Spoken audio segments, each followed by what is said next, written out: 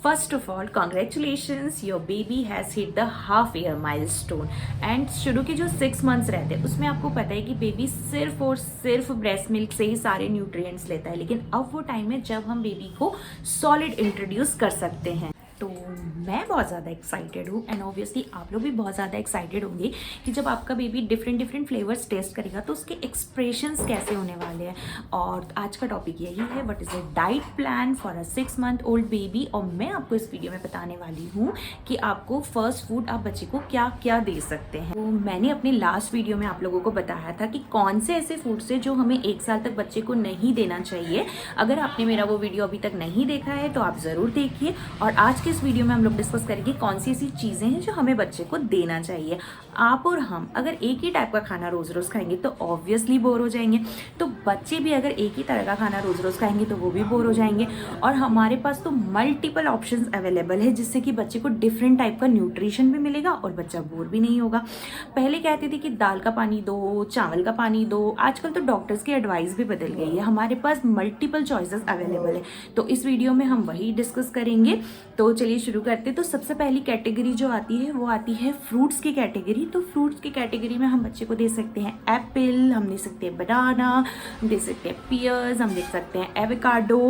और फ्रूट्स देने का बेनिफिट ये है कि जैसा हम जानते हैं कि जब बच्चा ब्रेस्ट मिल्क लेता है या फॉर्मूला फीड रहता है तो उसका जो टेस्ट रहता है वो स्वीट रहता है। तो अगर हम लोग बच्चे को यही चीज़ें देंगे स्वीट तो वो उसे इंजॉय करेगा। और अगर हम बच्चे को स्टार्टिंग में ही टेस्टलेस चीज़ें देना स्टार्ट कर देंगे तो बच्चा उसे इंजॉय नहीं करेगा और वो इरिटेट हो जाएगा। और दूसरा ये कि जो वेजिटेबल्स और फ्रूट्स रहते हैं उनके अंदर बहुत ज़्यादा फाइबर्स होते हैं, तो उसे डाइजेशन में भी बहुत ज़्यादा हेल्प मिलती है।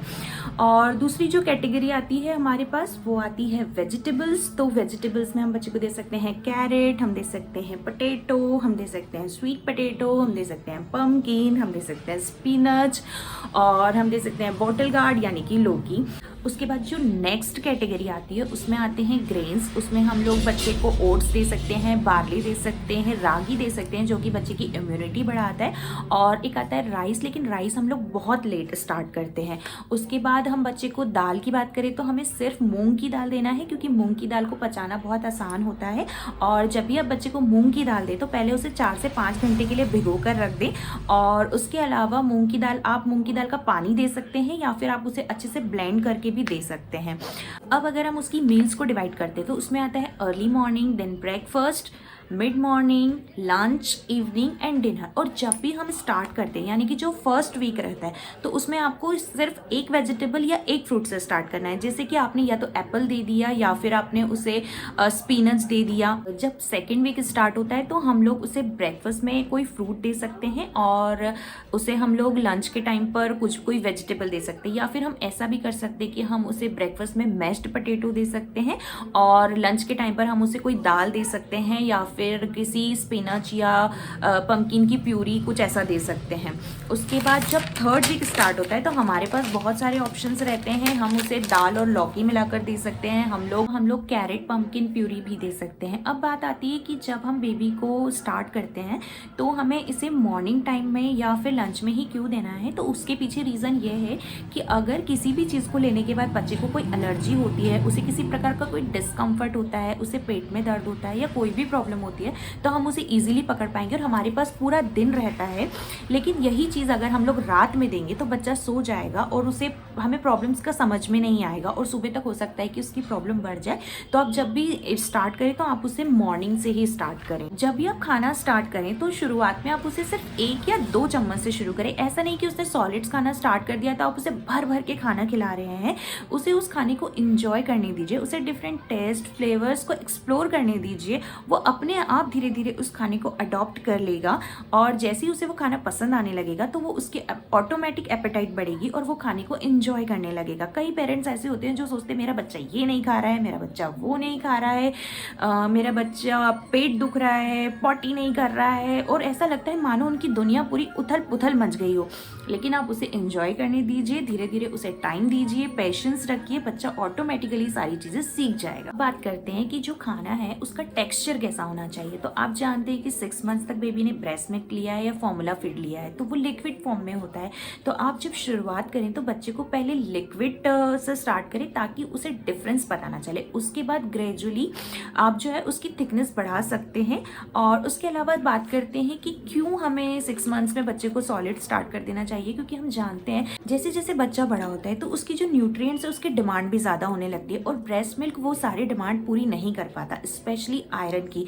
तो इसीलिए बच्चे को आयरन डिफिशियंसी होने लगती है, उसे एनीमिया होने का खतरा रहता है। इसीलिए आप बच्चे को ऐसी चीज़ें दें जिसमें आयरन भरपूर मात्रा में हो। एक रूल ये भी है कि जब हम बच्चे को सॉलिड इंट्रोड्यूस करते हैं तो आप कोई भी एक फ्रूट या वेजिटेबल इंट्रोड्यूस करें स्टार्टिंग में और आप उसे कंटिन्यू करें 3 डेज तक। ऐसा इसलिए है क्योंकि अगर बच्चे को कोई एलर्जिक रिएक्शन होता है तो हमें पता चल सके। और अगर वैसे आपकी फैमिली में कोई फैमिली हिस्ट्री नहीं है तो वैसा नहीं होता है, बट फिर भी आप स्टार्टिंग में एक ही फ्रूट या वेजिटेबल से स्टार्ट करें। अगर उस फ्रूट या वेजिटेबल से बच्चों को कोई एलर्जिक रिएक्शन होती है तो आप उसे इमीडिएटली स्टॉप कर सकते हैं। और अगर आपने 2 फ्रूट एक साथ दिए तो आप पता नहीं लगा पाएंगे कि उसे जो रिएक्शन हो रहा है वो किस वजह से हो रहा है। अब उसमें क्या क्या हो सकता है, तो बच्चे को लूज मोशन हो सकता है, बच्चे को कॉन्स्टिपेशन हो सकता है, बच्चे को गैस की प्रॉब्लम हो सकती है। और अगर ये प्रॉब्लम आप रहती है कंटिन्यूसली तो आप प्लीज़ अपने पीडियाट्रिशियन से कंसल्ट ज़रूर करें। इसके अलावा आप बच्चे को अपने सुपरविजन में खाना खिलाइए। जो भी बर्तन आप खाना बनाने के लिए या बेबी को खिलाने के लिए यूज़ कर रहे हैं आप उसे प्लीज़ अच्छे से धोइए, स्टरलाइज करिए। जो भी फ्रूट जो भी वेजिटेबल्स आप यूज़ कर रहे हैं आप उसे बहुत अच्छे से वॉश करिए। हर बच्चा अलग होता है तो आप उन मिल्स को अपने हिसाब से और अपने बच्चे के हिसाब से मॉडिफाई कर सकते हैं। इसके अलावा आप उसका ब्रेस्ट फीड एकदम से बंद मत कीजिए। जब भी उसे लगे आप उसे टाइम टाइम पर ब्रेस्ट फीड कराते रहिए। अगर इनिशियली बच्चा खाना एक्सेप्ट नहीं करता है तो आप उसमें कुछ नेचुरल फ्लेवर्स ऐड कर सकते हैं, जैसे कि सिनेमन, दालचीनी और इसके अलावा जीरा पाउडर, करी लीव्स आप यूज़ कर सकते हैं। इसके अलावा जहाँ भी आप बेबी को फीड कराएं तो आप कोशिश करिए कि आप उसे क्वाइट एंड काम इन्वायरमेंट में ही फीड कराएं। उसके अलावा आप बच्चे को जब भी फीड कराएं तो उसे मोबाइल स्क्रीन से दूर रखिए, आप उसे टीवी स्क्रीन से दूर रखिए ताकि बच्चा अच्छे से फूड को एंजॉय कर पाएगा। कोशिश कीजिए कि 8 मंथ तक आप उसे सिर्फ मैश्ड और प्यूरी फॉर्म में ही दीजिए। उसके अलावा हनी और काउज मिल्क ये ऐसी चीज़ें हैं जो बच्चों को नहीं देना चाहिए। क्यों नहीं देना चाहिए ये मैं ऑलरेडी अपने लास्ट वीडियो में डिस्कस कर चुकी हूँ। इसके अलावा कभी कभी टीदिंग के टाइम पर बच्चे या जब बीमार हो जाते हैं तो बच्चे यूजुअली नहीं खाते, तो आप उस वक्त बच्चे को ब्रेस्ट फीड कराइए और जब बच्चा फिर से नॉर्मल हो जाए तो आप उसे सॉलिड इंट्रोड्यूस कर सकते हैं। वो भी चीज़ें मैंने आपको बताई है वो बहुत ज़्यादा हेल्दी एंड सेफ है और जब भी ये चीज़ें स्टार्ट होगी तो सीरियसली आप लोग बहुत इंजॉय करेंगे जब ये न्यू जर्नी आप लोग स्टार्ट करेंगे। आई होप आपको ये वीडियो बहुत पसंद आया होगा, तो प्लीज़ चैनल को सब्सक्राइब कीजिए और ज़्यादा से ज़्यादा इस वीडियो को शेयर कीजिए। Thank you, bye.